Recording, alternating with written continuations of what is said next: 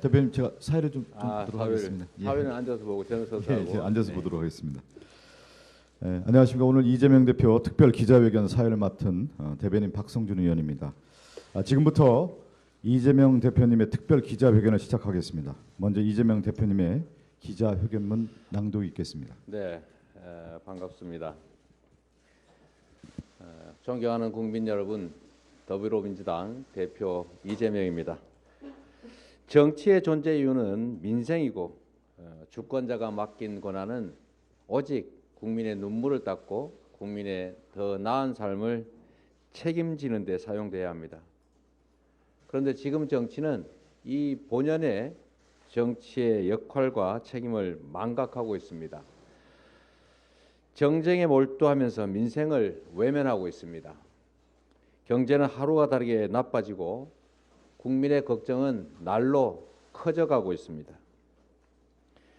대표적인 사례가 대장동 사건입니다. 이게 벌써 1년을 훌쩍 넘기고 있습니다. 파도 나오는 게 없다 보니까 이제는 조작까지 감행하는 모양입니다. 사건의 실체적 진실은 왜곡되고 야당을 향한 정치 탄압과 보복 수사에 칼춤 소리만 요란합니다. 대통령과 특수관계인 검찰 엘리트 특권층은 줄줄이 면죄부를 받아서 법의 심판을 피했습니다. 심지어 명백한 물증이 있는 50억 클럽 곽상도 전 의원은 보석으로 풀려나기도 했습니다. 거듭 말씀드리지만 저 이재명은 단 한 푼의 이익도 취한 바가 없습니다. 온갖 방해에도 민간이 독차지할 뻔했던 택지 개발 이익의 약 3분의 2, 5,500억 원 이상을 공공으로 환수했습니다.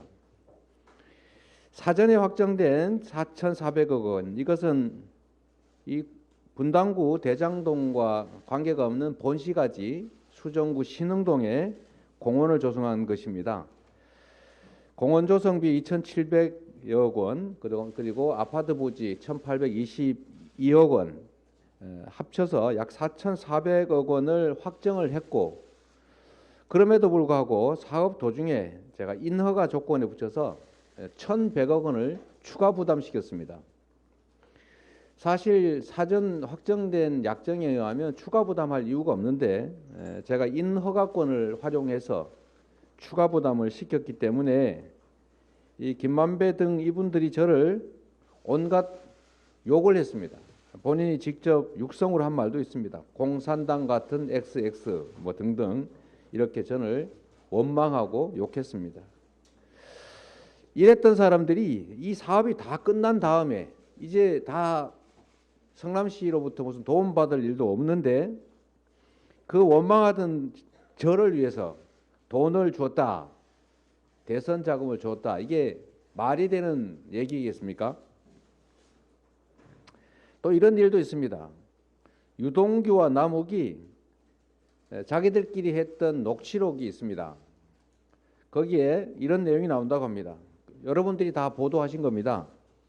이재명이 우리 사이 거래를 알면 안 된다. 이 다 잘린다. 큰일 난다. 우리끼리의 이런 관계는 죽을 때까지 뭐 비밀이다. 이런 얘기를 했다는 것 아닙니까? 녹취록에. 그런 사람들이 갑자기 일 다 끝난 다음에 저의 대선 자금을 제 주변 사람한테 줬다. 이게 상식적으로 납득되는 얘기겠습니까? 또 남욱이 지금 이 돈을 줬다고 하는 것 같은데 보도를 보니까 남욱 씨가 2021년 10월에 이제 구속을 앞두고 사실상 강제 귀국하면서 JTBC와 인터뷰를 했지 않습니까? 여러분도 다 기억하실 겁니다. 자기가 12년 동안 트라이를 해봤는데, 즉 로비를 시도해봤는데 CR도 안 먹히더라. 이렇게 얘기했습니다. 자유로운 상태에서 언론과. 그런데 그 1년이 지난 지금 검찰에 구속된 상태에서 이렇게 말했다고 합니다. 2021년 4월에서 8월 사이에 뭐 8억인지 6억인지를 대선 자금으로 줬다라고 합니다. 과연 2021년 10월에 자유롭게 언론사와 한 인터뷰, 그리고 지금 구속된 상태에서 한 이야기, 이 중에 과연 어떤 게 더 진실에 가깝겠습니까? 언론인 여러분들도 아시겠지만 이걸 뇌물로 줬다면 본인이 아주 심하게 처벌받을 텐데, 뇌물로 주고받았다면, 이걸 정치 자금으로 줬다고 하면 전달한 사람 책임도 없을 것이고 형량도 거의 엄청 낮아지겠죠. 이해관계라고 하는 걸 한번 따져볼 필요가 있습니다. 정권이 바뀌고 검사들이 바뀌니까 이렇게 관련자들 말이 바뀌고 있습니다. 진실을 찾아서 그 진실에 따라서 죄를 주는 것이 아니라 죄를 주기 위해서, 만들기 위해서 진실을 조작하고 왜곡하고 있습니다. 아무리 털어도 먼지조차가 안 나오니까 있지도 않은 불법 대선 자금을 만들고 있는 것입니다. 저는 불법 대선 자금은커녕 이 사탕한 게 받은 게 없습니다. 보수 정부와 맞부딪히면서 제가 살아남았던 유일한 길, 살아남을 수 있는 유일한 길은 유능하되 청렴해야 된다는 것이었습니다. 정쟁과 정치 탄압으로 나를 지서울 만큼 한가하지가 않습니다. 저의 정치적 운명이 국가의 운명보다 더 중요할 수 없습니다. 대통령과 여당에 공식적으로 요청합니다. 화천대유 대장동 개발과 관련된 특검을 즉시 수용하십시오. 언제까지 인디안 기우제식 수사에 국가 역량을 낭비할 수는 없습니다.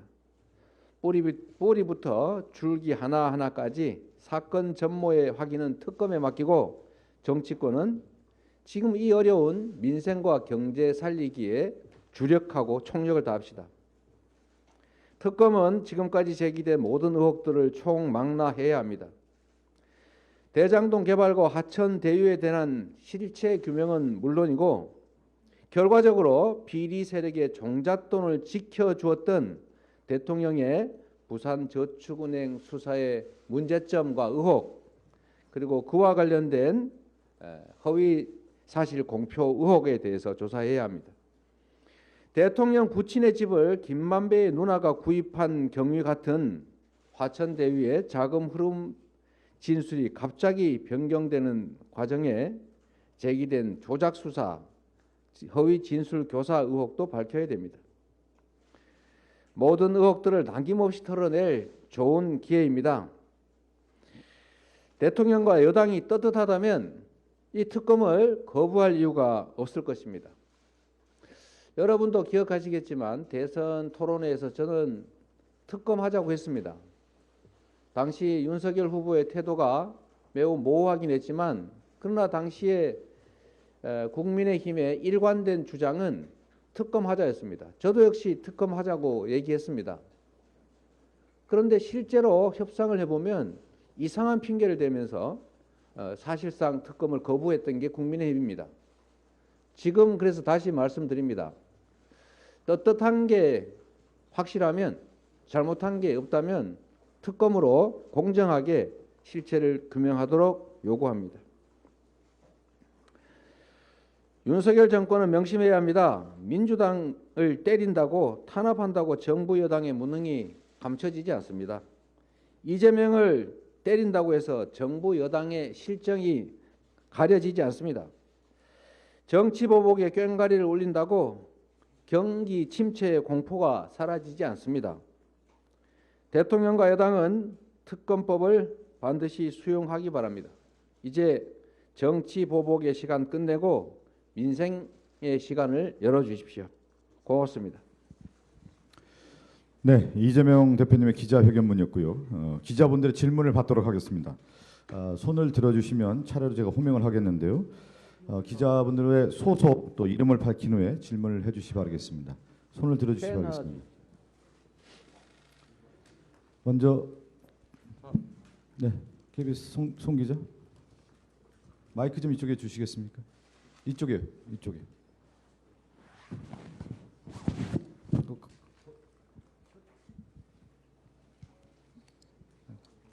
소속하고 이름을 좀 밝혀주시기 바라겠습니다. 안녕하세요, 대표님. 저 KBS 송락규 기자입니다.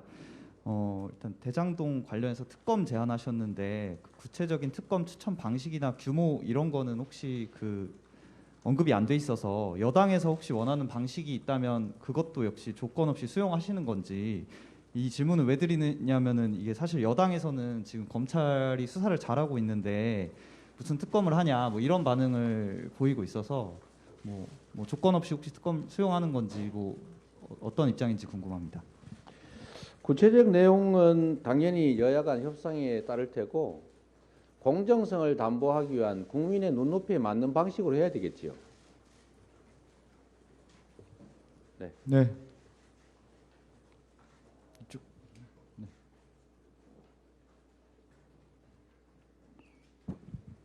네, 대표님께 두 가지만 여쭙겠습니다. 펜앤드마이크 선우윤호 기자입니다. 우선 지금 수사가 일사천리로 진행이 되고 있는데 특검은 시간 끌기 아니냐는 의혹이 있습니다. 이것이 첫 번째 질문이고, 두 번째는 어제 김용 부원장에 대해서 결배가 믿는다라고 주장하셨습니다.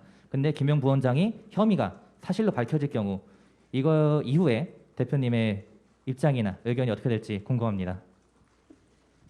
네, 가정적 질문에 대해서는 제가 가정적으로 답할 필요가 없을 것 같습니다. 제가 말씀드렸던 것처럼 오랫동안 함께한 사람이고 믿고 함께한 사람이고 지금도 저는 여전히 그의 결백을 믿습니다.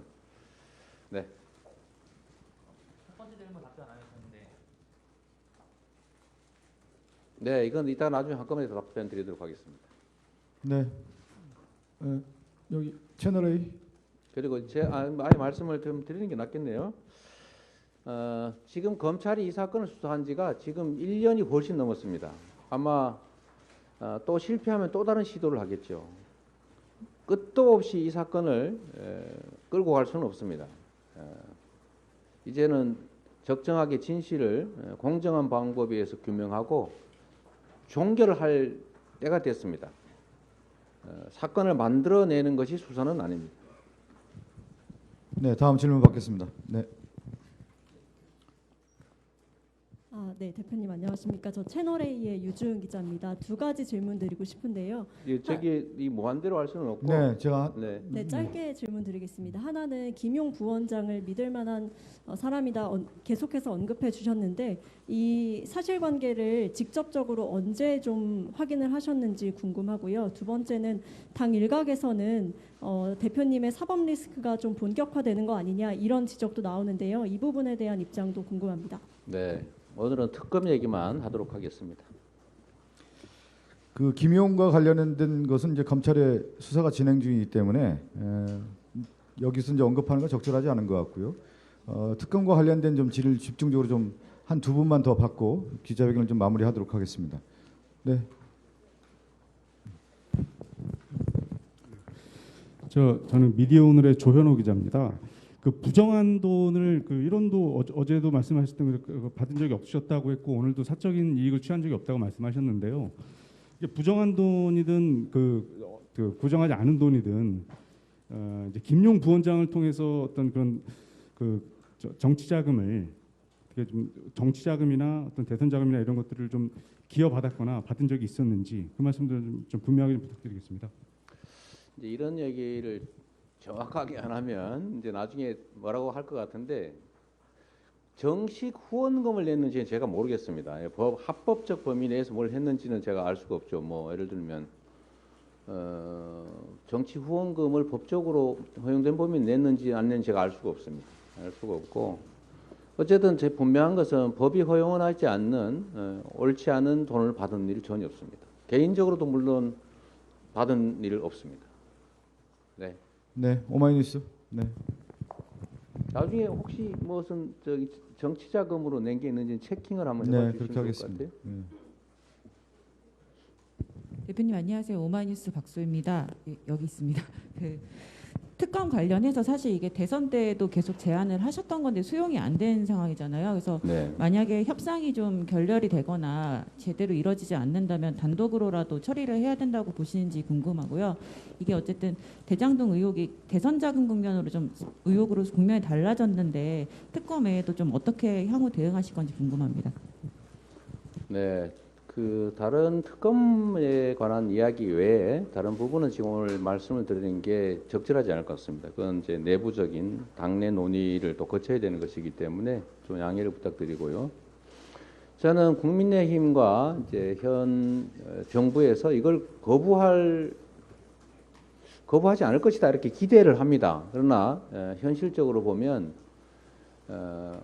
전에 특히 이제 대선 때 대통령 후보의 태도를 보면 안 할 가능성도 있다라는 생각이 들어서 제 개인적인 생각입니다만 저는 거부한다고 이번에는 물러서지 않는다. 거부할 경우에는 우리 민주당이 가진 힘을 통해서라도 반드시 특검을 해야 되겠다 이런 생각하고 있습니다. 사실 저번 이제 작년 1년 동안도 저는 특검을 진심으로 하기를 원했고 이렇게 질질질 끌면서 좀 극단적인 경우에는 관련자들 회유를 통한 사건의 왜곡 조작이 얼마든지 있을 수 있다라고 보았기 때문에 저는 특검을 원했는데 이 여야 간 협의를 해보면 부산저축은행 수사 문제는 빼야 된다라든지 자꾸 어떤 건 빼고 하자 이렇게 앞으로는 동의하면서 뒤로는 발목을 잡는 그런 행태를 저는 국민의힘이 보였다고 생각합니다. 그래서 실질적으로 국민의힘이 통상 하는 것처럼 앞에서는 찬성하고 뒤에서는 막고 이런 경우가 많지 않습니까? 대표적인 경우가 이번에 쌀값 정상화법 같은 것인데요. 이 국민의힘이 이번에는 국민들 속이지 말고 이때까지 명시적으로 얘기한 것처럼 특검하자라는 말씀드리고 두 번째는 만약에 또 발목 잡기 형국으로 시간을 끈다든지 사실상 거부한다면 국민이 맡긴 권한을 행사하는 것이 맞지 않겠냐라는 게 제 생각입니다. 마지막으로 네. 한 번만 더 받고 오늘 질의를 좀 마치도록 하겠습니다. 네. 마이크를 좀 드리겠습니다. 저 뉴시스 하지현입니다. 그동안 본인 수사 관련해서 입장 말씀 아껴 오셨는데 이렇게 말씀하시게 된 계기가 있는지 그리고 앞으로도 좀 더 적극적으로 국민들에게 해명할 계획이 있으신지 질문드립니다. 제가 이제 이 말씀드리기 전에 하나 좀 명확하게 말씀드릴 것은 일부에서 생각하는 것처럼 이거는 그 대통령 부인에 대한 특검과는 아무 관련이 없습니다. 그거는 관련 짓지 말아줬으면 좋겠습니다. 아무 관계 없이 추진하자는 게 제 의견이라는 말씀드리고 아까 제가 약간 말씀을 드렸습니다만 이 대장동 개발 문제는 저로서는 정말 당군 일의 최대의 치적이라고 스스로 자부하는 사업이었고 저도 지금도 마찬가지입니다. 물론 제가 관할하던 직원들 일부가 이 부정한 일에 연루가 된 오점이 있습니다만 그 점은 직원관리상의 제 부족함으로 제가 전에도 이 사과 말씀을 드렸습니다. 그러나 분명한 것은 당시에 국민의힘이 원하는 바대로 LH를 포기시키고 공공개발을 포기시키고 민간 사업자들에게 사업권을 인정해 줬더라면 그 제가 쉽게 그냥 허가라고 하는데 도장만 찍어 줬더라면 이 개발 이익을 100% 그들이 다 가졌을 테고 그들은 50억 클럽이 아니라 100억 클럽을 만들었겠죠.